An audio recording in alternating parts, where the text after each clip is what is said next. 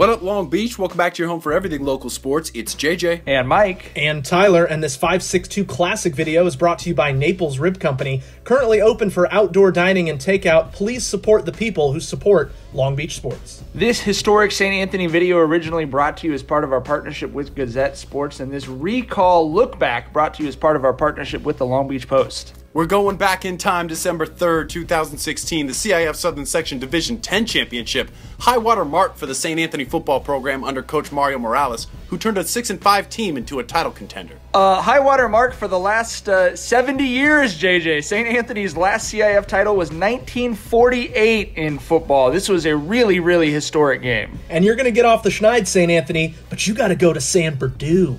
Johnny Buxa, Johnny 5, leading that offense, and this is part of a 10-game winning streak for St. Anthony. After starting 3-2, they ended up rolling into the playoffs, averaging 48 points per game. They were a fun group to watch, and this game was absolutely no exception. Early on, we're introduced to the main players. Buxa finds BJ Busby. They made it look easy all year, and Buxa to Busby, an all-time call, Mike. Yes, indeed. Really one of the chosen one highlights we've got here, JJ. And terrific play calling. Get the DB on his back foot and then hit the seam. Easy touchdown pass to Busby. He had 2,300 all-purpose yards and 25 touchdowns for the Saints that season. Aquinas also had a formidable offense that averaged almost 6 TDs a game. Their quarterback, CIF, had 1 interception that season. And then on third down, senior captain Freddie Arroyo doubles the dose. It's Arroyo's second interception of the year. And he was second on the team with 111 tackles that year as a defensive back. Yeah, Arroyo was definitely grande for that defense. And on offense, Nico Ragus, I mean, he's just a big play guy. 32 yards here. He had over 1,000 receiving yards. Just a tough guy to tackle that season. Johnny 5 going to drop the snap, but he knows where to find Busby in the corner. Second touchdown.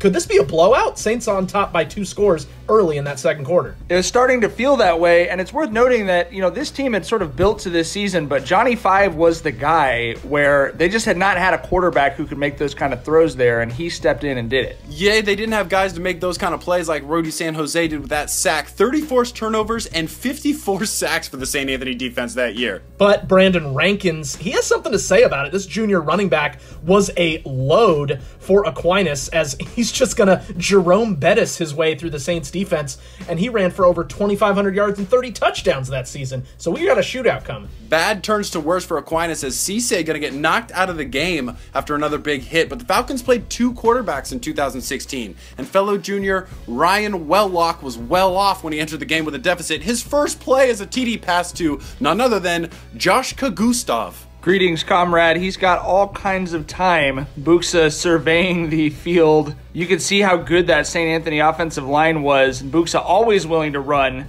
Ran for 1,600 yards, and he's willing to finish it too. He'll let you know about it. He got those yards mostly thanks to the read option. Were they an early adopter? Were they a copycat? Who cares? Buxa offering the hand here. I love this.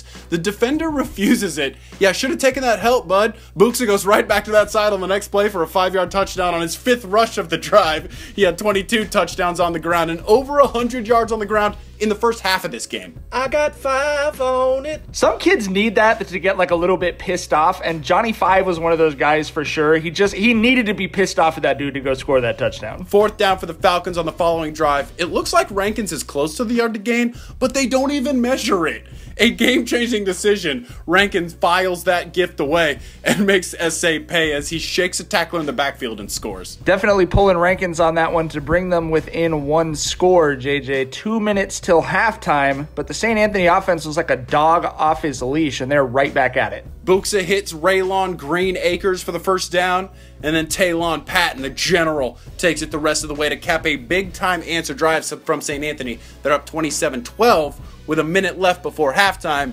More decisions to go against St. Anthony, though. A string of penalties sets up Aquinas to steal some points right before the half, and now this feels like we're really in for something special. Yeah, just a 7-point game at halftime. Aquinas with some momentum with that late score as the offense has really found their groove in the second quarter. It carried over to that second half. They got the ball first, did the Falcons, and they drove down with a key touchdown drive as they would go to play action, and Gustav would have his second touchdown grab of the game, but somewhat inexplicably, notably, they go for 2, trying to take the lead. It's unsuccessful, so they're down 1 here with 8 minutes left in the third quarter. Going for 2 early in the game, always a sign of bad coaching. Next St. Anthony drive at the end of the third quarter, it's an interception, and the Saints defense once again forced to defend that short porch. And Aquinas is going to be able to grab its first lead, Rankin's second TD. Now they've got all the momentum. Stankin Rankin's really putting them on top here as the Saints need that fourth quarter stand, JJ. They got their 4s up, and it's the drive of the season for the Saints. They go back to Patton, and he is going to punish the defense. It was a run-heavy drive for sure. Magna and the guys down there plowing the road for him. St. Anthony goes up 33-32. We got 8 minutes left. We're in for a barn burner. No, we're not. The last 4 drives of this game were a punt and 3 turnovers on downs. Saints don't mind, though. History!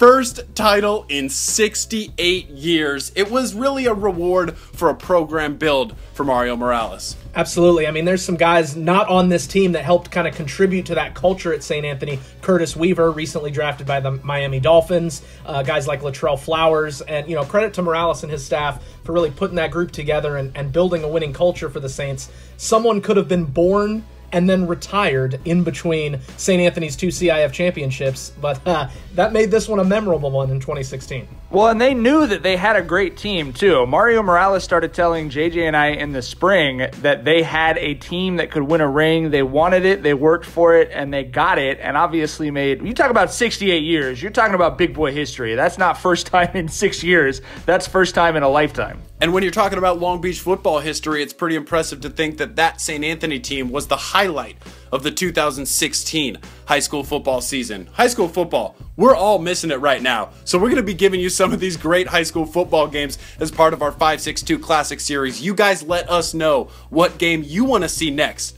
as a 562 Classic as part of our partnership with the Long Beach Post.